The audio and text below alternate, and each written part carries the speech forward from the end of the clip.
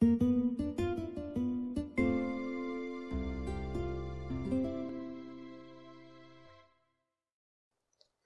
I got a couple requests to show sort of my Lightroom workflow, and so what I'm going to do is I will just semi-randomly pick a picture here and off my Pen F, and I'm going to choose in Lightroom. I'll just scroll down over here on the camera settings, and I'm going to select the Pen F.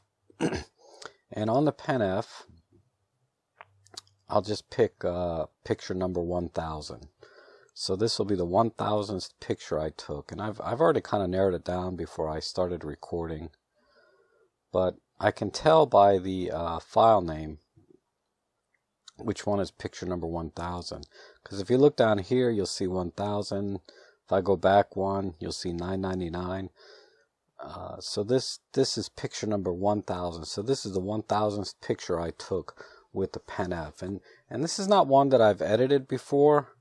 So let me go ahead and go in and look at it, and it looks, you know, like I was just taking a picture of this leaf, I guess. And this was taken in 2016 of October 5th.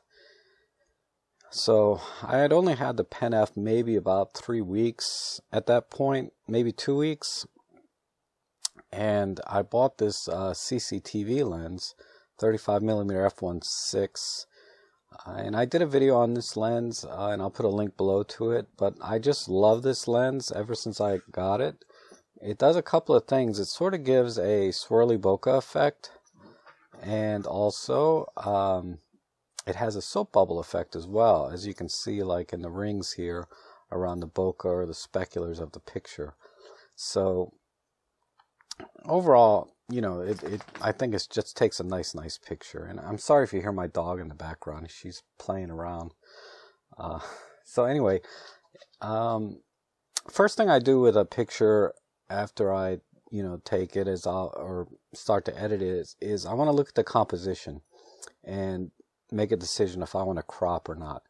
And generally, for composition, I like to use and I just hit the R on my keyboard, the letter R, and that takes me right into the crop and composition type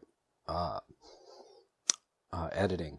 And it looks like I got this really close, straight out of camera, in terms of using this Fibonacci, I think, circle or whatever they call this thing.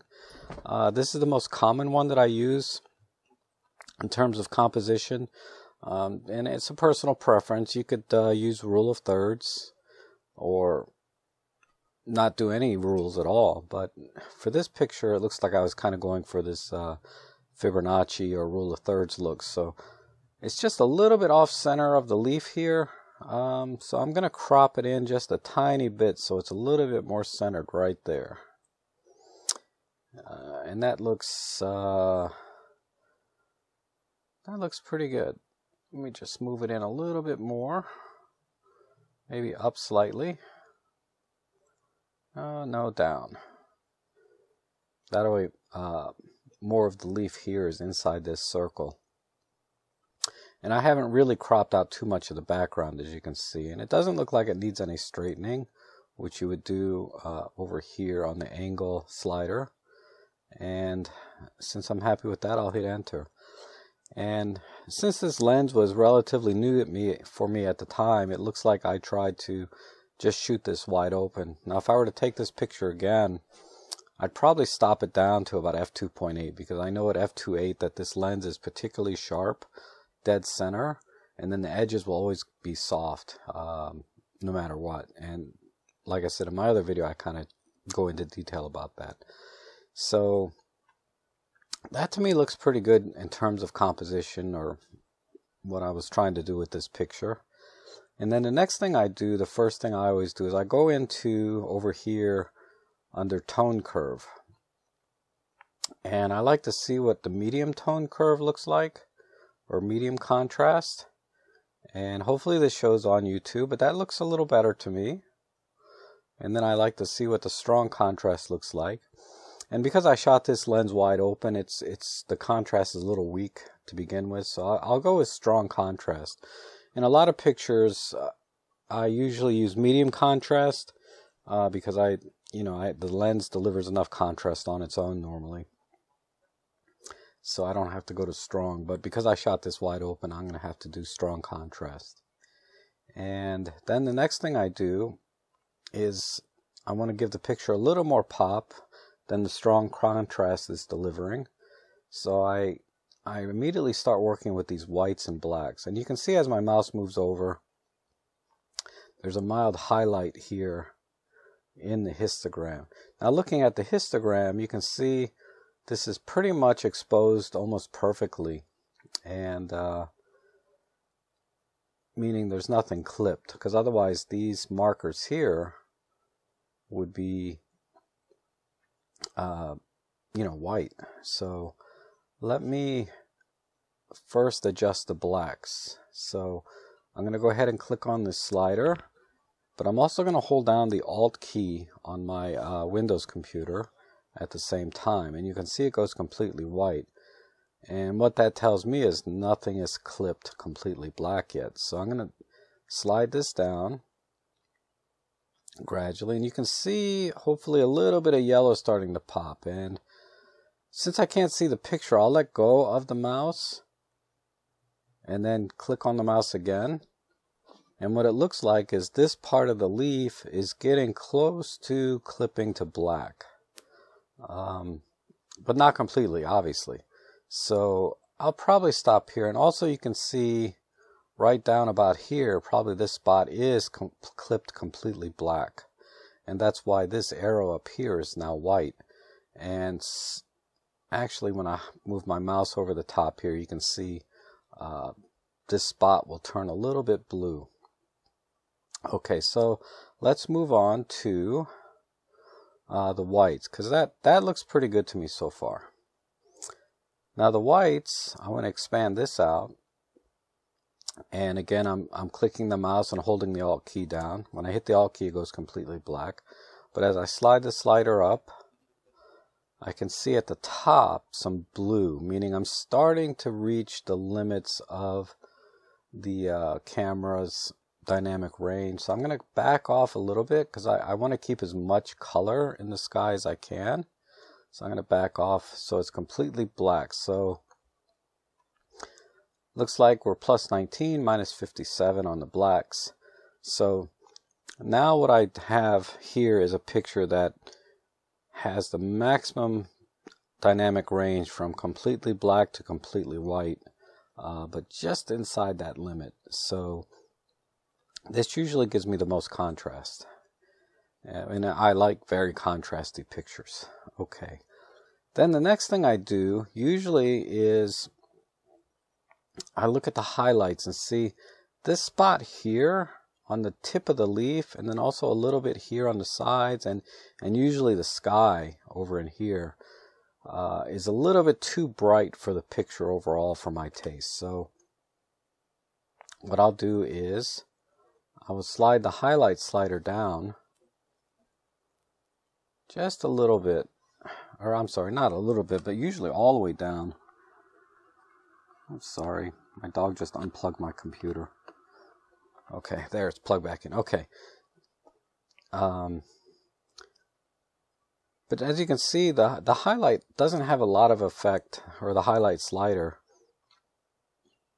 So I'm going to slide this all the way down 100%. And now I think I'm seeing a little bit more color in the skies, and this white tip here of the leaf is not, too bright. And the shadows look okay. In fact, I might go a little darker on the shadows. And I'm going to hit the Alt key just to see where I'm at in terms of clipping blacks. I think we're okay. I think I'll leave that at 0. That looks okay to me. Okay. Now, as I mentioned, I shot this lens probably wide open, so it's a little bit soft. And let me zoom in over here. And you can see that it's definitely very, very soft when you zoom in. So I'm going to artificially sharpen this picture, and I do that down in the detail. And let me just start it at like 50. And 50 is a bit too much, and the reason I say that is because I can see a little bit of grain building up here in the soft parts in the bokeh and on the leaf. So, but 50 is usually a good number for me, so I'm going to do a little bit of masking. So what I do is I hit the masking, and I also hit the Alt key. And being completely white when the masking is at 0, meaning that Lightroom is trying to sharpen the entire picture, every pixel. So by masking, what I'm doing is, as I slide this up, I'm telling Lightroom not to sharpen everything in the picture, but only sharpen the contrast areas. So like if I go all the way up to 100, you can see that the edges of the leaf and a couple of the veins have the highest contrast. And everything else is still going to be, is not going to be sharpened at all. But I'm going to back it off until I have most of the leaf highlighted, but as little of the blurry background sharpened as possible, because I don't want this blurry background to start looking grainy because I did too much sharpening. So this looks about right.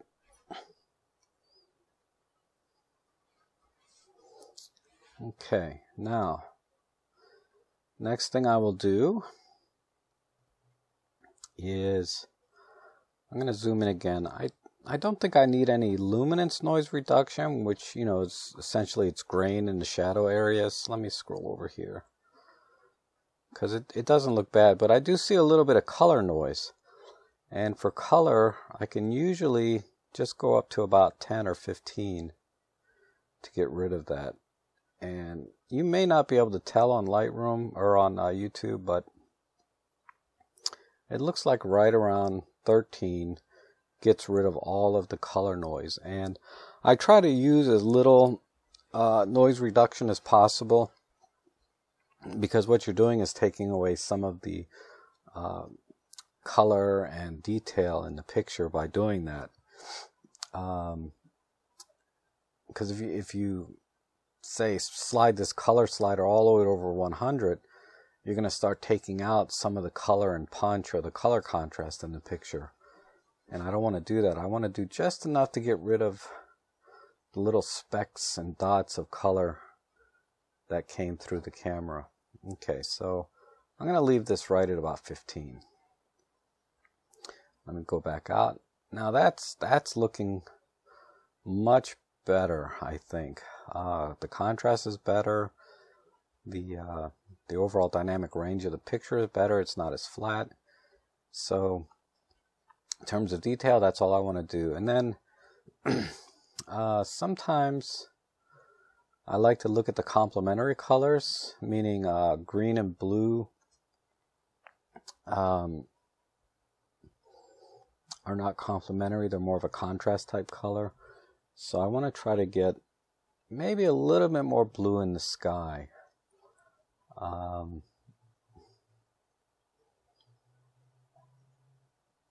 Or actually there's plenty of blue. Maybe a little bit more red and brown to complement this green. So I'll go into the HSL, and I don't think usually I can just make the colors a little bit darker, and that'll sort of give a perceived more richness in the color.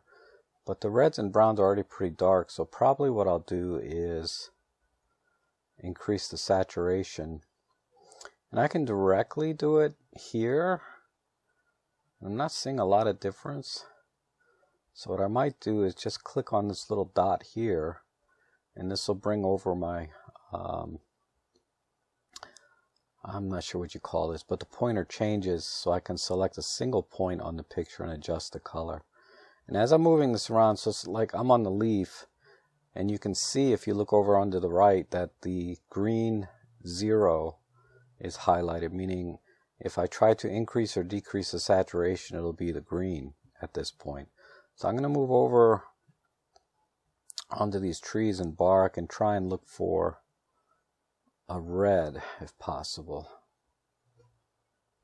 Don't see any reds in here. How about over here? I guess it's mostly the yellows. So let's increase the yellows and orange a little bit. Okay. That's pretty good. It's a little bit rich, but you know, I tend to overbake my pictures anyway. Okay, let me go back into basic and see if I can brighten it up just a little bit. No, let's not do that. I think that looks good. See if the vibrance does. What vibrance does is it increases the saturation on the weaker colors without increasing the saturation on colors that are too strong already. I don't think I need any vibrance. And the saturation on the picture overall looks pretty good already. So I think we're okay.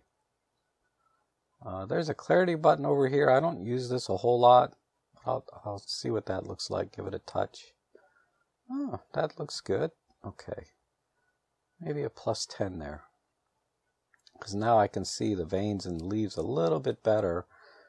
If I do too much, it's going to mess up this swirly background. See, I'll show you. If I do too much, see how it kind of just, I don't know, it doesn't look good to me like that. It looks very fake. So let me go back to 0. We'll just add about a +10. Okay. And then the last thing I do is I go into effects here.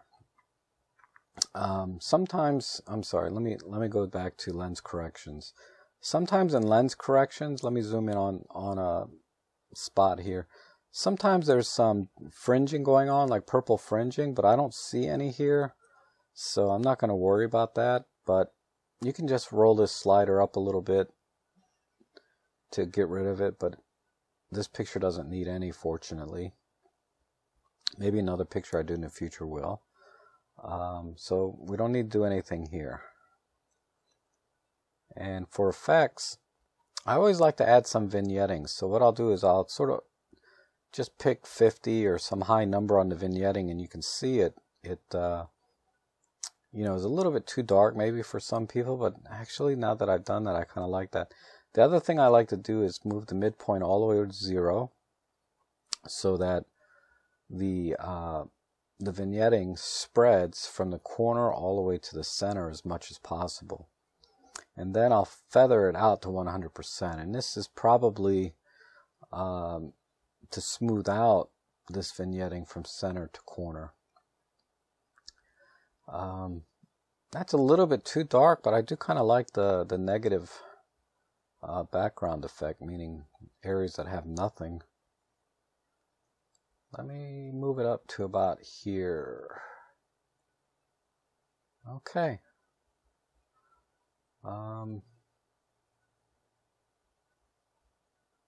No, actually I kind of like how that looks.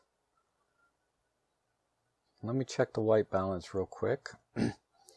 That's another thing I normally do first, but the white balance actually on this picture is perfect already at 5500. I could warm it up just a tad.